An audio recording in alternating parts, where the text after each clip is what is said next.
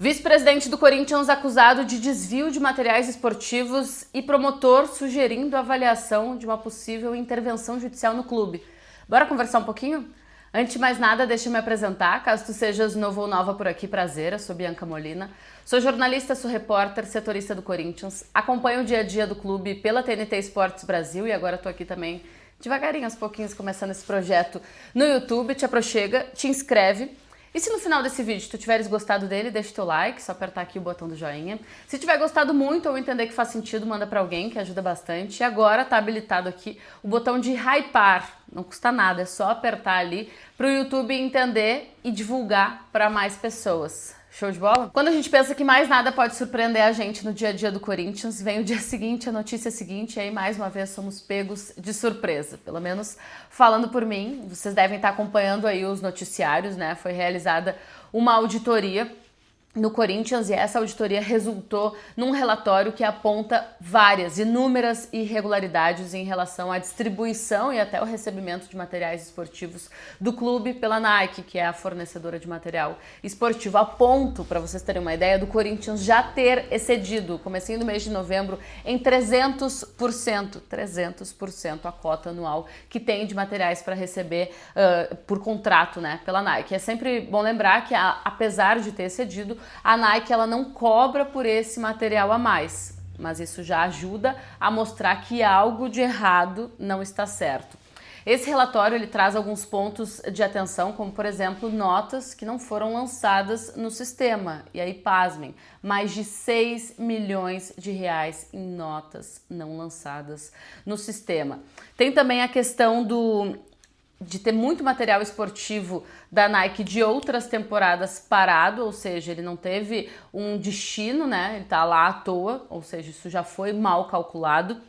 Tem também a falta de inventário no almoxarifado do Parque São Jorge, porque o Corinthians ele recebe materiais esportivos no CT, né, pensando ali no profissional, na diretoria e também no Parque São Jorge para outras modalidades esportivas e até mesmo categorias de base, enfim.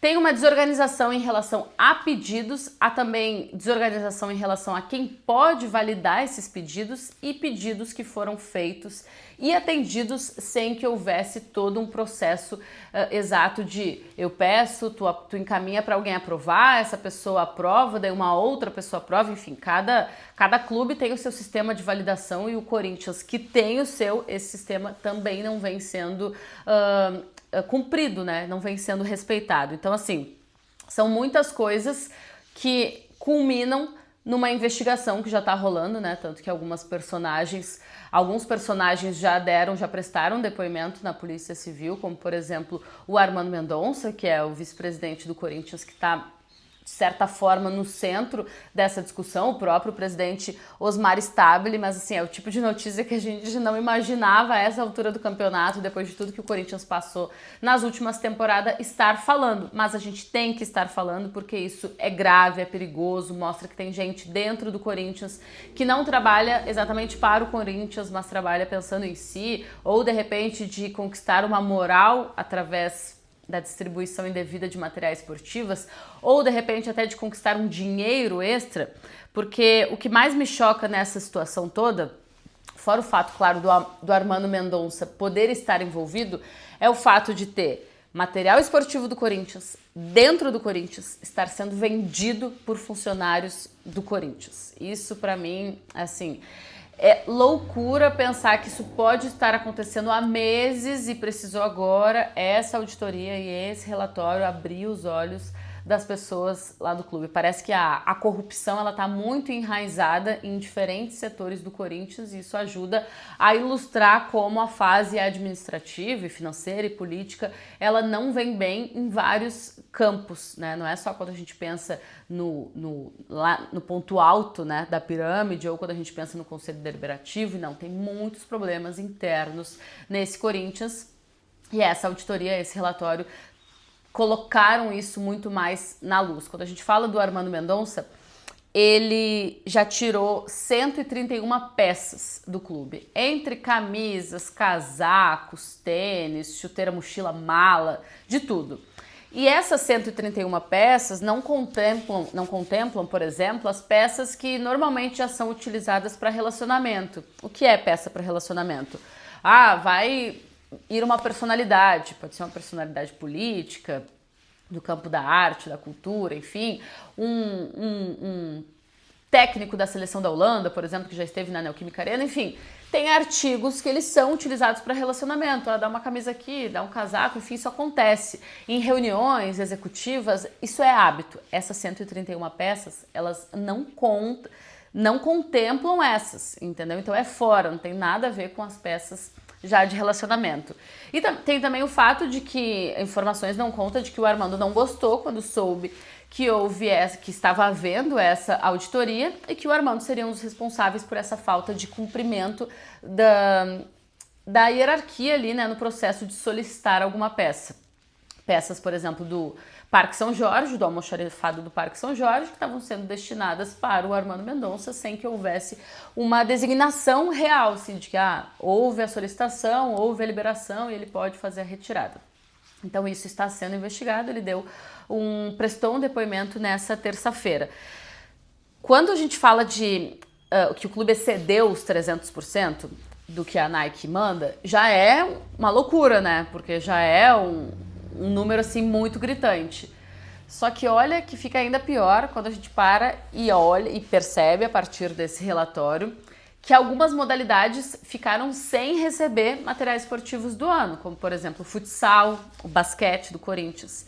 E que por isso o Corinthians precisou comprar produtos licenciados para abastecer essas modalidades. Ou seja, não basta estourar o que recebeu da Nike, mesmo estourando não repassou para algumas modalidades e ainda onerou o clube em mais de R$700 mil que o Corinthians teve que gastar para que essas modalidades tivessem material esportivo licenciado para essa temporada. Nas categorias de base, por exemplo, só o Sub-20 recebeu material uniforme de treino de 2025. Outras categorias mais abaixo chegam a treinar com materiais de 2019, imagina 6 temporadas atrás. Como no final das contas o masculino é o filé, até o masculino ele foi atingido. Recentemente, agora no Maracanã, o Corinthians enfrentou o Fluminense, né, pelo segundo turno do Campeonato Brasileiro. E o Corinthians, ali às vésperas, percebeu que não teria a camisa número 1 suficiente para todo o grupo. Precisa ter as que eles vão entrar, mais camisas reservas ali de opção, caso aconteça alguma coisa durante o jogo, né? Rasgue sangue, enfim. Caia sangue, enfim. E aí o Corinthians, entendendo que a Nike não conseguiria repor ali num tempo curto, precisou entrar em contato com o Fluminense, porque o mando era do Flu, para que as duas equipes jogassem com seus uniformes número 2, porque o Corinthians não tinha uniforme o bastante para o time principal, sério. Isso é absurdo, é uma coisa assim, parece que a gente está falando de um clube amador, de um clube pequeno, de um clube sem série, não, a gente está falando simplesmente do Corinthians, que tem um contrato já há muitos anos e renovou o contrato por mais muitos anos com talvez a maior fornecedora esportiva do mundo, né?